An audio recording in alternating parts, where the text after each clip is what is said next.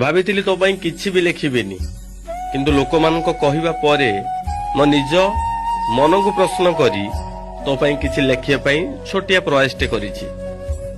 ଆବେ ଛାଡିଯିବା ପାଇଁ ତୁ ବାହାନା ଖୋଜୁଥିଲୁ ନା। ସବୁ ଜାଣିବି ତତେ ସୁଯୋଗ ଦେଇଥିଲି ମୋଠୁ ଦୂରେଇ ଯିବା ପାଇଁ। ଦୁନିଆ ଆଗରେ ମତେ ତୁ ଭିକାରୀ ସଜେଇ ଦେଲୁ, କିନ୍ତୁ ନାରୀ ବୋଲି ତତେ ମୁଁ ସମସ୍ତଙ୍କ ଆଗରେ ସମ୍ମାନ କରୁଥିଲି। ଆଜି ବି ତତେ ସେଇ ସମ୍ମାନ କରୁଛି ଯୋଉ ସମ୍ମାନ ପୂର୍ବରୁ କରୁଥିଲି, କିନ୍ତୁ କିଛି ଶବ୍ଦ ତୋ ପାଇଁ ରଖୁଛି। ଜାଣିଥିଲୁ ମୁଁ ଗରିବ ବୋଲି, ତଥାପି ମୋ ହାତ ଧରିବା ପାଇଁ ତୁ ବାଧ୍ୟ କରିଥିଲୁ। ଆଜି ତୋ ପାଖରେ କୋଟିଏ ଟଙ୍କା ଥିବା ପୁଅଟେ ତତେ ଭଲ ପାଉଛି। ଛାତିରେ ହାତ ରଖି ଭାବିକି କହିବୁ ତତେ ସେ କୋଉ ସମ୍ମାନ ଦଉଛି।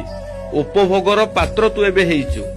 ସମୟକୁ ଅପେକ୍ଷା କର, ଯେତେବେଳେ ପାତ୍ରରୁ ରସ ସରିଯିବ ନା, ସେ ପାତ୍ର ବାହାରେ ଫୋପଡା ହେଇଯିବ। ସମୟକୁ ଅପେକ୍ଷା କର, ଆଖିର ଲୁହରେ ନିଶ୍ଚୟ ତୁ ଧୋଇ ହବୁ। ସେ ପର୍ଯ୍ୟନ୍ତ ମୁଁ ବଞ୍ଚିଛି, ଆଉ ଧର୍ମକୁ ସାକ୍ଷୀ ରଖିଛି।